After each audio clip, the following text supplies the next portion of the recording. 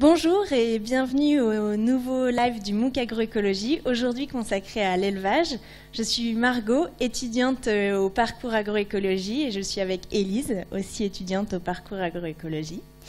Nous avons été rejointes par Magali Jouven, qui est enseignante-chercheuse ici à Montpellier Supagro, en zootechnie, et nous apporterons des éléments de réponse de Paolo Salgado, qui est chercheur au CIRAD en poste à Madagascar et qui ne peut être ici à cause de problèmes de connexion. À la régie, Marion et Carla nous transmettront vos questions que vous pouvez nous poser sur Twitter en indiquant LT #MOOCAE ou bien sur le forum de discussion du MOOC. On a, comme d'habitude, mis en place un pad collaboratif afin que vous participiez au compte-rendu de cette session live. Et on espérera qu'elle vous plaira. Donc, on va poser la première question en anglais afin de faire participer nos amis qui suivent le MOOC en anglais. Et c'est une question qui est posée par les étudiants du parcours en général. So lately, livestock breeding seems to have lost its popularity, especially resulting of its implication in global warming and in the degradation of animal welfare. How do you think agroecology can improve livestock sustainability? So I'm going to answer for Paolo, who can't be there, who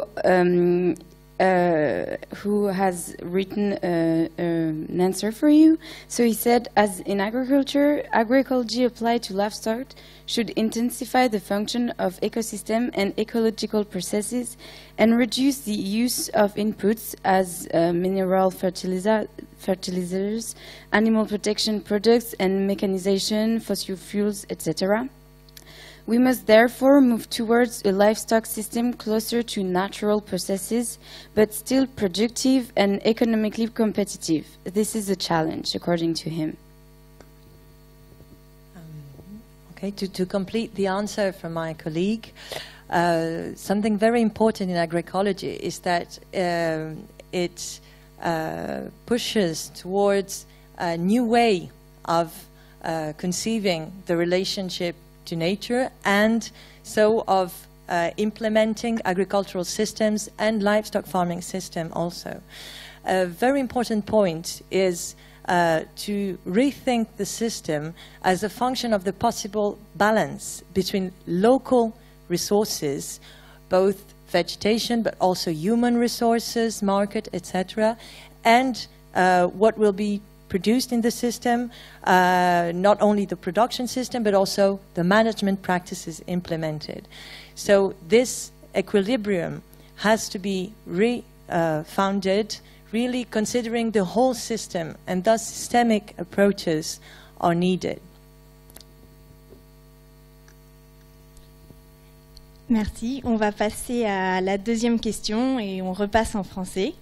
Elle a été posée par Vindel97 sur Mattermost, sur la discussion MOOCAE in Paris. Il est agriculteur en polyculture élevage en Normandie, et il exploite de façon conventionnelle et il suit le MOOC pour savoir si l'agroécologie est applicable à son application. Donc la question, ce serait comment introduire l'agroécologie dans un système de polyculture élevage conventionnel. Alors, j'ai commencé à donner des éléments de réponse. Merci pour cette question qui est intéressante. Bien sûr, la première chose qu'on peut se poser, c'est aujourd'hui, on ne fait pas vraiment ça. Est-ce que on peut appliquer l'agroécologie partout et comment le faire?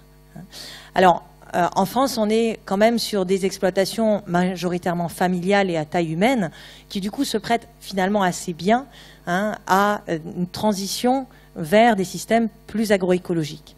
Alors, comme ça vient d'être dit en anglais, au départ, il est très important de penser système et du coup de reconsidérer non pas des éléments isolés de sa conduite, de son système de production, mais bien l'ensemble du système pour envisager dans quelle mesure est-ce que mon système est adapté à la zone dans laquelle je suis, au potentiel de la zone, des sols, à l'écologie des milieux locaux. Alors, une chance quand on fait de la polyculture élevage, c'est qu'en fait on a déjà une diversité, avec différentes cultures, avec un troupeau qui donne beaucoup plus de possibilités, qui ouvre beaucoup de possibilités en termes d'agroécologie. Donc comme je l'ai dit en anglais, c'est l'ensemble de la balance entre les productions végétales qu'on peut adapter et les productions animales qui sont à considérer, à retravailler. Donc oui, l'agroécologie peut parfaitement s'appliquer à un système de polyculture élevage qui, ceci étant, nécessite peut-être d'être revu en termes d'objectifs de production animale, en termes d'assolement, de type de culture, de rotation et aussi beaucoup de connexion entre le troupeau, les surfaces, de manière à ce qu'ils s'auto-entretiennent le plus possible et on puisse profiter au maximum des régulations écologiques. Donc je vais passer la parole à Élise qui va vous donner plus explicitement 3 grands leviers d'action proposés par mon collègue Paulo Salgado qui travaille spécifiquement sur l'intégration agriculture-élevage, en particulier à Madagascar. Donc les leviers que voit Paolo, le premier serait d'augmenter l'efficience du recyclage des biomasses entre les 2 systèmes si on considère donc la plante et les animaux, ou les 3 systèmes si on considère le sol séparé de la plante. Le deuxième levier serait de valoriser de manière efficace les capacités adaptatives et de résistance des animaux et des plantes sans chercher systématiquement à corriger les effets avec la chimie. Et enfin, le dernier levier serait que l'agroécologie devrait rimer avec diversification et moins avec spécialisation, comme certains modèles économiques qui vont dans le sens contraire. Oui, pardon. Du coup, on va continuer, merci, avec les questions. Toujours sur des questions qui nous proviennent des forums de discussion. Donc, c'est Mitchell qui se pose la question de comment remplacer partiellement dans l'alimentation animale les sources de protéines que sont le soja et le maïs. Le maïs, non, source de protéines, et les farines de poisson. Très bien. Alors, la première chose, alors je vais revenir toujours à façon litanie un petit peu, c'est assez compliqué. C'est pas dans le sens de l'agroécologie que de raisonner matière première par matière première. Alors certes, c'est intéressant quand même de commencer par faire des petits pas, mais pour que ce soit plus efficace, il conviendrait à minima de ne pas raisonner sur une matière première de la ration, mais bien sur l'ensemble de la ration, puisqu'effectivement, si on est sur une ration à base de maïs en silage, trouver une alternative à la protéine de soja va être beaucoup plus compliqué que si on envisage une ration basée sur un autre fourrage. Donc c'est bien l'ensemble de la ration qui est à reconsidérer et d'ailleurs pas une ration à un instant T, mais l'alimentation du troupeau sur l'année et éventuellement aussi les objectifs de production animale correspondants. Alors les solutions seraient donc non pas de remplacer juste l'ingrédient, mais de repenser une ration avec des fourrages plus riches en protéines que l'ensilage de maïs et à côté d'avoir des sources de protéines localement produites, alors sur la ferme ou à minima dans la région, pour pouvoir effectivement fournir aux animaux une ration globalement correspondant à leurs besoins en termes de protéines. Alors, ceci est beaucoup plus difficile à faire, bien évidemment, avec lorsqu'on a des niveaux de production très élevés, animaux, qui nécessitent voilà, d'avoir une alimentation très très poussée en protéines qui finalement en elle-même est assez peu naturelle. Et du coup, merci. Si on reste sur les sources d'alimentation, on a une question live de Nuit Brune qui se pose des questions sur l'ensilage et qui se demande à la fois si l'ensilage a les mêmes valeurs nutritives que le fourrage séché et les céréales sèches et quels sont les inconvénients, les réels inconvénients de cette méthode de conservation. Alors, il existe plusieurs types d'ensilage. Donc, si on parle de l'ensilage de maïs, Bon, l'ensilage de maïs, par sa pauvreté en protéines, dans des régions où on ne cultive pas le soja et dans des régions où le maïs entraîne aussi l'utilisation massive de pesticides, d'engrais et d'eau, c'est sûr que bon, dans une transition agroécologique, il serait logique que les surfaces en maïs, et en particulier en maïs fourrage ensilé du coup, soient fortement réduites. Après, si on part sur de l'ensilage de graminées ou de graminées légumineuses, on peut réaliser de l'ensilage avec, à partir de prairies mixtes, graminées et légumineuses, tant que la proportion de légumineuses n'est pas trop importante et qu'on choisit les légumineuses. Là, la valeur de l'ensilage dépend largement de ce qu'on ensile, à quel stade on ensile et comment dire, quelle est la teneur en matière sèche aussi de l'ensilage et du coup quel est le stade de dégradation, le niveau de dégradation de la matière sèche par les activités microbiennes. Donc comme ça, il n'est pas possible de répondre précisément à la question. Alors les inconvénients de l'ensilage, c'est qu'un ensilage peut produire des fermentations mauvaises et du coup devenir toxique pour les animaux. Si un ensilage n'est pas réalisé en situation complètement anaérobie, il peut y avoir développement de toxines et un effet toxique sur les animaux. L'autre chose, c'est que lorsqu'on distribue de l'ensilage, s'il y a des restes d'ensilage qui se retrouvent à l'air libre, on peut aussi avoir donc des fermentations indésirables qui produisent du coup des composés toxiques. Donc le danger de l'ensilage, c'est surtout ça. Alors ça, ce qui peut être pallié classiquement par l'introduction de conservateurs qui ne vont pas vraiment dans le sens de faisons les choses naturellement. Donc en soi, le fait de réaliser de l'ensilage parfois est nécessaire. Quand on est dans des zones tropicales humides, c'est très compliqué de réaliser du foin. Donc c'est un mode de conservation qui n'est pas inintéressant selon les cas, mais qui est un petit peu plus délicat à réaliser, en particulier lorsqu'on est sur des gros silos. Merci. Du coup, on va passer sur une autre question sur les forums de discussion. Peut-être juste parce qu'il y a une réponse de notre collègue Paolo qui complète ce que je viens de dire.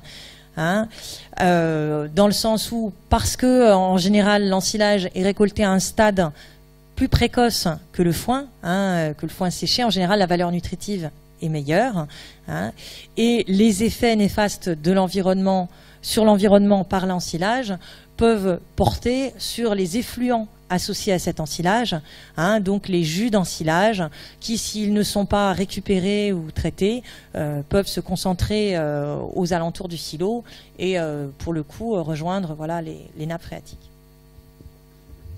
Très bien, merci, pardon. Du coup, on retourne sur la question de Sarah Siffer qui s'interrogeait sur les groupes de discussion Mattermost, qui s'intéresse surtout à l'impact de l'animal sur le territoire, qui s'occupe plus particulièrement des chevaux et qui dit qu'il tasse le terrain, qu'il mange environ 50 grammes d'air par jour et du coup qui s'interroge si certaines espèces animales comme le cheval peuvent être néfastes à l'équilibre écologique. Et en même temps, on a la question de J. Claire qui s'interrogeait sur l'intérêt d'une mono-espèce animale sur une même prairie.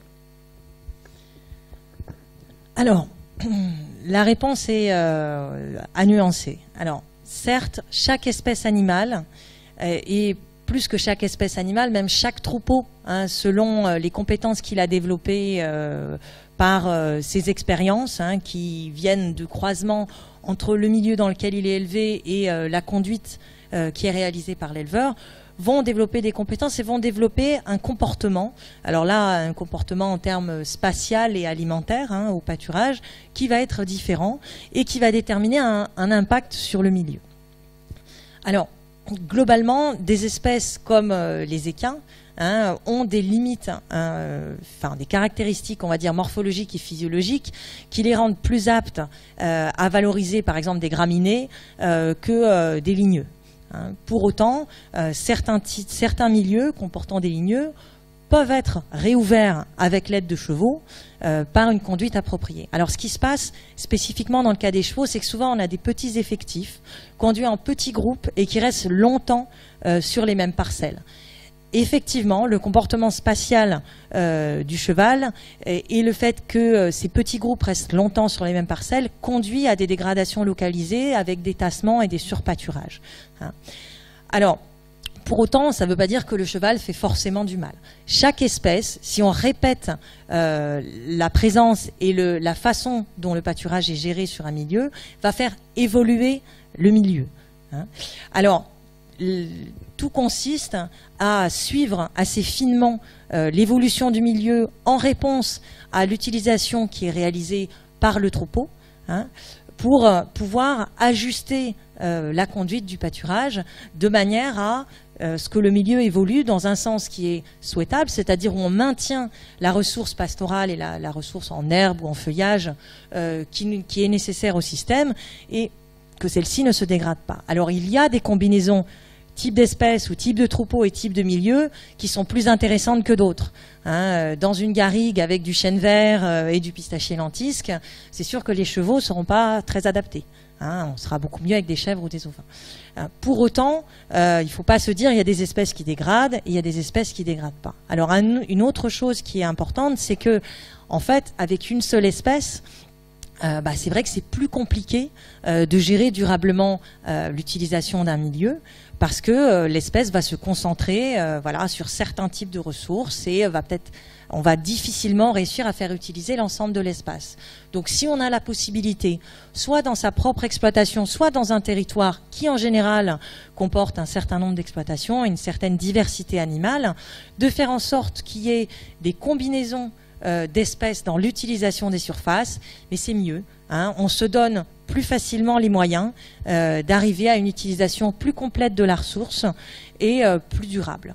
Lorsque, encore là, on conçoit une conduite qui permet de tirer le meilleur parti de chaque espèce et de limiter les désagréments, ce qui nécessite d'avoir une bonne connaissance écologique sur le comportement des animaux d'une part et la réponse des végétations à ce comportement alimentaire spatialisé d'autre part. Merci. Alors maintenant on a une question un petit peu d'ouverture en ce qui concerne les vétérinaires dans les systèmes agroécologiques. Est-ce que l'ostéopathie et les médecines alternatives sont-ils abordés positivement dans les écoles? Comment est-ce vu par les vétérinaires? Alors, je vais répondre de mon mieux. Donc, nous ne sommes pas dans une école vétérinaire, mais les écoles vétérinaires sont aujourd'hui rassemblées en France dans Agrignum avec les écoles agronomiques. Alors, une chose, c'est l'enseignement vétérinaire en soi. Donc, je ne souhaite pas m'attarder là-dessus parce que je ne suis pas compétente pour vous dire exactement ce qui est fait et comment ça évolue. Je peux vous dire qu'effectivement, des questions de conduite des troupeaux et plutôt, on va dire, de zootechnie sont de plus en plus portées à l'intérêt des vétérinaires. Dans la pratique vétérinaire, il existe des associations d'éleveurs telles que l'association de vétérinaires, telles que dans le Minervois, l'AVEM par exemple, qui ont pris le parti de travailler en groupe de vétérinaires qui suivent des groupes d'exploitation et qui interviennent donc non pas pour pallier à un problème déjà identifié, mais bien pour prévenir dans un suivi global du fonctionnement de l'exploitation, de l'alimentation, de la conduite sanitaire, de la reproduction, etc., pour accompagner les éleveurs et prévenir du coup plutôt l'apparition de pathologies ou de problèmes. Et bon, là, je vous ai donné le nom d'une association, d'un groupement de vétérinaires, mais il y en a d'autres. Et là, bon, on est plutôt sur des structures à destination d'exploitation ovine, mais on peut avoir, j'ai entendu des discours semblables par des vétérinaires, par exemple, qui s'intéressaient plutôt aux équins.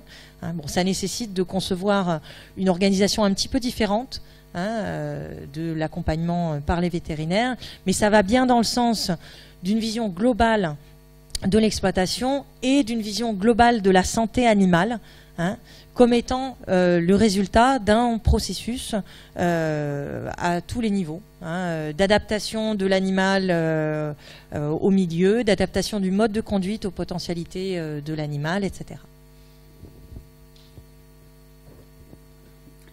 Du coup, on va partir sur une question un peu plus sur les abattoirs industriels. Donc, quelles alternatives verrez-vous aux abattoirs industriels et à la fois pourquoi l'État s'oppose au projet d'abattoir mobile? Alors, les abattoirs peuvent sembler assez loin, hein, de la production, parce qu'en agroécologie, c'est vrai qu'on parle beaucoup de la parcelle, du troupeau, de l'exploitation agricole, ce qui s'y passe à l'intérieur. Pour autant, l'agroécologie a aussi une dimension de rapprochement des différents acteurs du territoire, hein, dans un ensemble cohérent, hein, et du coup de rapprocher l'abattoir de l'exploitation, c'est quelque chose d'important. Alors, on peut rentrer... donc, la question des abattoirs mobiles, en fait, renvoie à des enjeux autour de la réduction des problèmes de stress des animaux associés au transport, hein. Donc aujourd'hui, il y a beaucoup d'abattoirs locaux qui ont fermé pour différentes raisons. Et du coup, la distance entre l'exploitation et l'abattoir se rallonge beaucoup. Alors, aux dépens du temps de transport et du coup du bien-être des animaux, mais ça complique aussi beaucoup les affaires pour les éleveurs eux-mêmes qui ne peuvent pas forcément suivre leurs animaux et qui ont des trajets parfois très importants à réaliser entre leur exploitation et le lieu d'abattage. En plus, bon, les lieux d'abattage étant de plus en plus concentrés, hein, cela éloigne aussi cet intermédiaire, enfin l'éleveur du consommateur, puisqu'on passe par un intermédiaire qui peut être assez éloigné. Et voilà. Alors la question des abattoirs mobiles, donc à ma connaissance, elle n'est pas évacuée par le gouvernement. Hein, les risques qui peuvent être vus, c'est en termes sanitaires, hein, il y a des normes très strictes, hein, par rapport aux normes, enfin en termes sanitaires pour les abattoirs et puis pour le traitement des carcasses, notamment sur la réfrigération, hein, qui peuvent poser question dans le cadre de développement de ces abattoirs mobiles. Donc que je sache, il y a actuellement le règlement européen autorise des dérogations, hein. Donc les abattoirs mobiles sont pratiqués en Suède et il y a eu une dérogation pour un essai à titre expérimental d'abattoirs mobiles en France. Donc c'est en train, je crois, d'être lancé. Les éleveurs sont intéressés, ça leur permet de suivre les animaux, ça peut améliorer aussi la traçabilité. Et on est dans une logique de proximité, hein, qui est intéressante, hein, et de proximité donc des différents maillons de la filière, hein, au niveau territorial, et puis aussi de proximité entre l'éleveur et ses animaux à tous les niveaux, pour assurer le bien-être animal. Voilà.